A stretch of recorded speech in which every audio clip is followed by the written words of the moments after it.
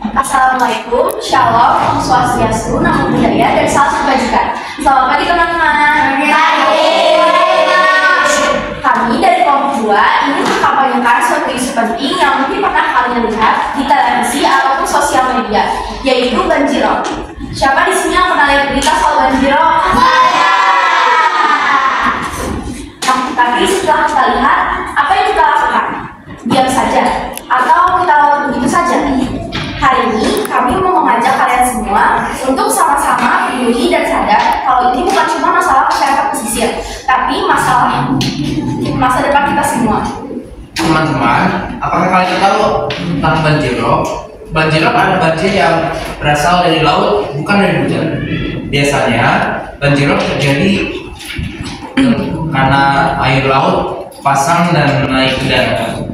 Bisa ke rumah, bisa ke jalanan, bahkan ke sekolah. Dan anehnya, banjirop terjadi tanpa angin kencang, tanpa hujan. Tiba-tiba saja airnya naik. Contohnya di Semarang, Pekalongan, Demak, bahkan Jakarta Utara menjadi langganan banjirop. Bahkan dalam sebulan banjirop terjadi sampai 4 kali. Dan tahu tidak, banjirop bukan masalah musiman lagi, tetapi menjadi masalah serius yang terus terulang. Tetapi seperti dibiarkan saja, kalau kita terus cuek, bagaimana warga pesisir bisa bertahan? Setiap kali banjirop datang, warga cuma bisa pasrah, menghadap banjir datang. Jalanan menjadi licin, air bersih tercemar. Terus kita bisa sabar, kita bisa berikhlas. Padahal ini bukan cuma soal banjir, ini soal hidup orang-orang yang perlahan menghilang. Mereka kehilangan tempat tinggal, pekerjaan, dan kadang harapan. Sedihnya lagi, banyak dari mereka yang nggak tahu harus ngomong siapa. Pemerintah sibuk janji-janji, tapi nyataannya di mana hasil dari janji tersebut? Ini bukan tentang drama, tapi fakta. Kalau kita di posisi mereka, pasti kita juga pengen didengar dan dibantu. Yang lebih menyedihkan lagi, banjirop bukan cuma karena berpasang, tapi juga karena ulah manusia. Air tanah bisa terus-menerus, membuat tanah menjadi turun. Hutan mangrove dipotong sehingga pantai jadi nggak punya pelindung. Lalu pemanasan global butuh membuat es jadi meleleh, sehingga air laut jadi perlahan naik.